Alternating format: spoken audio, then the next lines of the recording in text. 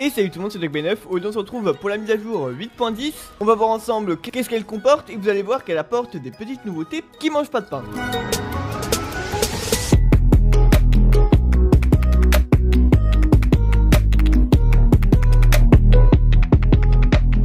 On commence tout de suite avec l'arrivée de la bulle mobile, comme dit hier, voilà, et dans les menus, vous saviez qu'elle allait arriver. Aujourd'hui, ce véhicule a une place, se trouve dans les avant-postes d'expédition, donc là où ils étaient tous, etc. Je pense que maintenant vous connaissez les emplacements après cette saison 7. Et autour des caches de butin, des camps de pirates, voilà, tout simplement les petits camps de pirates, il y en a 7 au total sur la carte, vous pouvez aussi en trouver autour. Il y a des petits socles normalement, bref, je vous laisserai découvrir ça, mais c'est très simple à trouver, hein. Ça va se voir de façon de loin. On devra utiliser le grappin et le turbo pour gravir les falaises ou vous balancer entre les arbres. Donc voilà, comme vous avez pu le voir, apparemment il y a un turbo, ça c'est la petite surprise. Par contre le grappin il était assez en évidence quoi, clairement. Le pilote est bel et bien protégé des dégâts, mais la bulle mobile elle est vulnérable aux tirs ennemis. Elle a 300 HP, voilà, donc c'est pas non plus abusé, 300 HP. Je pense que ça va être équilibré. Après à voir, je pense que ce qui va être casse-couille ça va être les gens qui vont fuir avec sans cesse. Donc voilà, à voir, mais bon, ça me fait un peu peur. Au niveau du fusil d'infanterie, donc voilà, la sorte de car automatique, on a la suppression du niveau de rareté gris. Voilà, c'est bizarre, mais pourquoi pas. Pour ce qui est du fusil d'assaut lourd, alors là, c'était le fusil Laka. Voilà, le gros fusil, vous voyez une image. On a un ajustement de la rareté qui passe donc de rare, épique et légendaire, bleu, violet, jaune, à typique rare, gris, vert, bleu. Alors pourquoi, je ne sais pas. Les dégâts, eux, ne sont pas changés. Voilà, du moins je crois qu'avant ça faisait bien 36, 38 et 40. Voilà, je crois que ça change pas dans le corps. Donc pourquoi pas, honnêtement, c'est bizarre.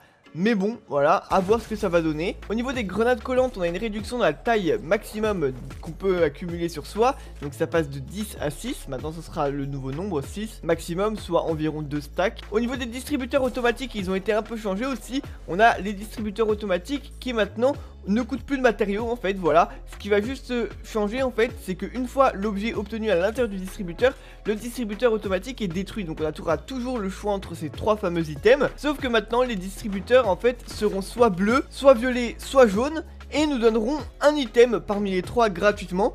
Pourquoi pas, honnêtement, ça peut être sympathique, je pense. Ça va changer beaucoup de choses en tournoi. Les gens qui avaient l'habitude de jouer beaucoup les distributeurs pour avoir beaucoup de failles, beaucoup de pads ou autre. Donc voilà, ça va changer beaucoup de choses à ce niveau-là. La tourelle redéployable n'est plus à l'intérieur, voilà, elle n'est plus disponible à l'intérieur. Donc c'est des petits changements quand même, mais qui sont assez étonnants. À voir ce que ça va donner, honnêtement. Je pense que ça va surtout changer au niveau du jeu en compétition. On a une réduction de la disponibilité de la carte au trésor en tant que butin au sol. Voilà, elle sera un tout petit peu moins présente. Bon, on passe de 0,53 à 0,27. On a une réduction de la disponibilité de la carte au trésor dans les coffres. Voilà, elle passe de 3,25 à 1,65. Voilà, donc à voir si ça change réellement quelque chose. Petite correction de bugs que je vous laisse afficher, voilà, mettez sur pause si vous voulez les lire, c'est pas ce qu'il y a de plus important à chaque fois. Au niveau de la jouabilité, comme d'habitude, le DAB a été changé, donc on a la durée du DAB infini qui a été passée de 12 à 11 heures, voilà, ils ont réduit la chose.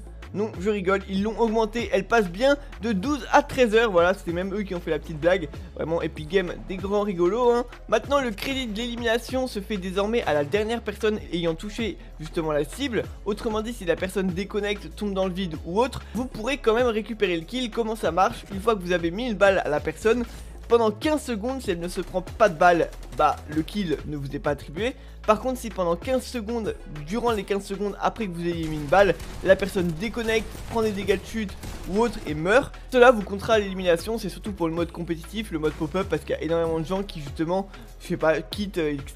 Bref, vous avez compris l'idée, je pense que vous avez regardé peut-être beaucoup de streams et voyez ce que je veux dire. On a l'ajout d'un effet visuel pour le siphon à élimination. Ok, donc voilà. Les joueurs peuvent désormais construire dès qu'ils percutent quelque chose après avoir été propulsé par le canon. Vous savez, vous roulez, vous roulez, vous roulez. Quand vous arrêtez, il y a toujours un petit temps pour construire. Bah là, voilà, ce temps a été supprimé. Les joueurs peuvent désormais danser en maintenant un ballon. Donc voilà, en gros, pendant que vous êtes dans un ballon, vous pouvez danser. On a l'ajout d'une icône de visualisation sonore du canon de pirate. C'est pour ceux qui jouent sans son, avec seulement le son, un peu comme le son de téléphone, là où on peut visualiser les coffres, etc. On a l'ajout des les joueurs sont automatiquement placés dans le siège conducteur quand ils rentrent dans un véhicule vide. Au niveau des animations, on a des animations qui ont changé pour les bandages, le kit de soins, la mini potion, la potion de bouclier, le bleuvage et la goutte du brave. Voilà, c'est sympathique, voilà, ça va changer un peu les choses. Pour les corrections de bugs, il y a beaucoup de corrections de bugs autour du canon, donc je vous laisse les voir ici.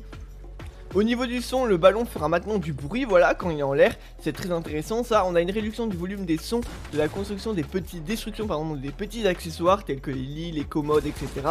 Et quelques petites suppressions de réverbération ou aussi de suppression de bruitage ambiant extérieur en planant. Voilà, des trucs qui n'avaient pas lieu d'être, qui sont modifiés. Au niveau de l'interface, l'attribution des touches au clavier justement, voilà, a été un peu réorganisée pour que ce soit un peu plus clair. Le système de marqueur change. Pour résumer, en gros, il y a des petits changements assez minimes. Mais le marqueur, voilà, de la carte ont été mis à jour pour correspondre au marqueur sur le décor. Voilà, il y a ça entre autres. On peut maintenant pointer les véhicules et aussi les consommables tels que les pommes, etc. Voilà, pour justement indiquer les choses. Donc voilà, normalement, hormis ça, après c'est des petites améliorations de choses et des petites facilitations, mais il n'y a pas de nouveauté en soi. Les plaques de nom de section et les flèches des équipiers deviennent désormais transparentes en regardant dans le viseur. Ça c'est très pratique, ça gênera plus justement les alliés, etc. Les sortes de gros marqueurs. On a un rétablissement de la possibilité de voir tous les défis en cours de partie. Voilà, donc vous pourrez de nouveau voir vos défis pendant la partie. Vous pouvez désormais appliquer un revêtement à toutes les armes, voilà, d'un seul coup en faisant appliquer tout. On peut aussi activer justement la commande de caméra de certains types de récompenses en consultant les défis.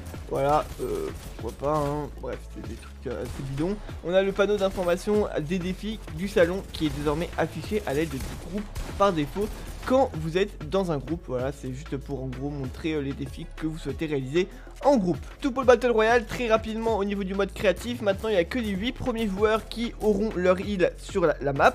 Cela permettra d'avoir des nouvelles îles plus grandes. Dans la prochaine mise à jour, il y aura une remasterisation de toutes ces choses là. Voilà, le système de portail changera, etc.